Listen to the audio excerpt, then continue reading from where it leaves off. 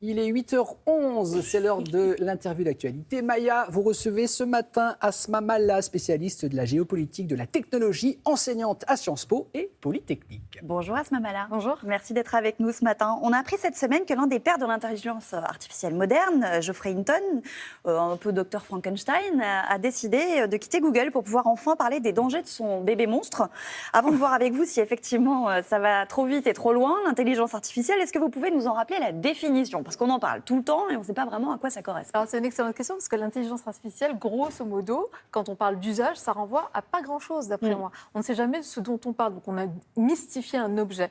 La première chose, c'est que l'intelligence artificielle n'a rien de nouveau. Ça a commencé dans les années, en gros, 50, puis ça a vraiment évolué. Ça, c'est la première chose. C'est d'abord un domaine scientifique. Et l'objectif initial, c'était de comprendre le cerveau humain.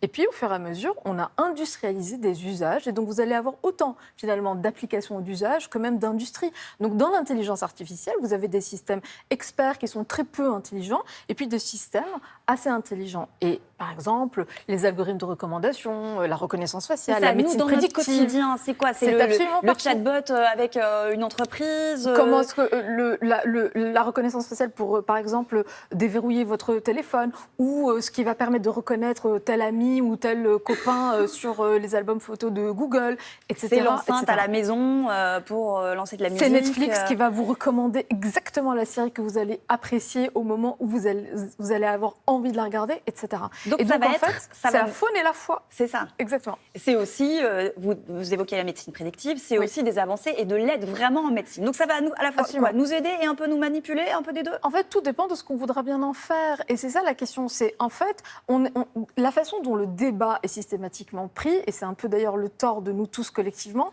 c'est de le prendre de façon passive, comme si ça nous était imposé, comme si ça s'abattait sur nous. Et c'est un peu les imaginaires humains depuis toujours, l'apocalypse, la catastrophe, etc. Non, ce sont des productions, ce sont des fabrications, ce sont des outils humains qui sont d'ailleurs conçus par des humains pour des humains. Et donc, de ce point de vue-là, c'est à nous aussi de savoir ce qu'on voudra en faire. Et donc, la discussion, elle est fondamentalement politique. Oui. Avec des risques. Et on va en parler des risques. Par exemple, le journal Libération a évoqué cette semaine l'appli Replica qui nous permet de trouver le compagnon virtuel idéal. Snapchat a lancé il y a quelques jours son robot conversationnel. Certains utilisateurs se disent effrayés par le réalisme de ces discussions. Oui. Est-ce qu'il y a, d'abord, premier risque, celui de confondre le réel et la réalité ? Mais c'est déjà le cas. Le virtuel, pardon, et la réalité. C'est déjà le cas. En fait, on est en train de changer d'air. Toute la question philosophique, c'est est-ce qu'on est dans une évolution ou dans une révolution ? Ce qui n'est pas exactement la même chose. Et moi, mon propos est de dire la révolution anthropologique, civilisationnelle, les liens de sociabilité, etc., a déjà eu lieu. Donc en fait, on est par contre, et il est vrai, dans un moment d'accélération, de saut technologique. Mais est-ce que ça va tout chambouler ? Oui, mais c'est déjà en cours. Et pourtant, le monde ne s'est pas effondré pour autant. En revanche, ce qu'il faut pointer, c'est qu'il mute. L'emploi, par exemple. C'est la banque Goldman Sachs qui indique que 300 millions d'emplois dans le monde pourraient être remplacés par l'intelligence artificielle. Il y a énormément de batailles, de chiffres, d'études, de cabinets de conseil, de think tanks, etc. Je peux vous présenter nouveau, exactement les mêmes études qui vont dire à peu près le contraire. En fait, il y a trois choses à savoir sur la question des risques spécifiquement. Un, il faut absolument démystifier la chose. C'est ce qu'on est en train de faire, et donc expliquer ce dont on parle. Ça, c'est la première chose. La deuxième chose, c'est la nature des risques. À mon avis, il y en a trois, si on devait schématiser. Oui. La première, c'est les risques induits dans l'outil, c'est-à-dire dans les algorithmes.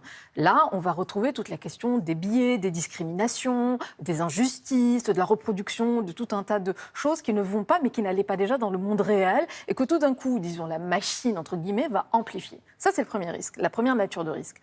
La deuxième nature de risque, c'est les risques politiques, disons, qui sont induits par l'outil et non pas dans l'outil. Là, ce sont les risques démocratiques. C'est exactement ce que vous pointez. Le vrai et le faux, l'industrialisation potentiellement massive de la désinformation, de l'influence étrangère, etc. C'est déjà le cas, ça existe déjà. C'est déjà le cas sur les réseaux sociaux. C'est ce qu'on appelle toujours d'ailleurs les guerres ou les luttes informationnelles. La guerre d'Ukraine a été un exemple absolument extraordinaire, vraiment en deux mots de ça. La lutte informationnelle franco-russe au Sahel est aussi ça. Et elle se jouait où ? Elle se joue où ? Sur les réseaux sociaux déjà. Cambridge Analytica, etc. Donc, c'est pour ça que je dis évolution, révolution. Mais en revanche, un outil comme ChatGPT peut industrialisé Alors, et on va rappeler amplifier qui ça. va générer du texte, ChatGPT. Ce sont des IA génératives de contenu. En l'occurrence, celui-ci va générer en effet du texte à partir de ce qu'on appelle des prompts, c'est-à-dire la consigne que vous allez mettre, la discussion que vous allez engager sur l'application. Ça veut dire qu'on va mettre des mots-clés et que ça va générer du texte à partir de ces mots-clés. Ça va brasser toute la data, toute la connaissance qui circulait déjà, et puis de façon probabiliste, vous donner, si vous voulez, la réponse la plus pertinente selon un calcul de probabilité. Et donc, ce que vous disiez sur la partie anthropomorphe, c'est-à-dire on a l'impression, et en effet, les résultats sont assez spectaculaires, ça c'est vrai.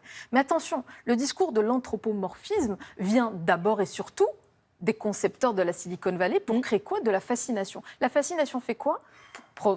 Potentiellement, ça crée quoi? De la peur. La peur anesthésie quoi? La capacité de penser, donc de politiser la question. Il faut vraiment éviter ces pièges-là. Ça reste aujourd'hui ce qu'on appelle des IA étroites, c'est-à-dire spécifiques sur des tâches, aussi époustouflantes soient-elles.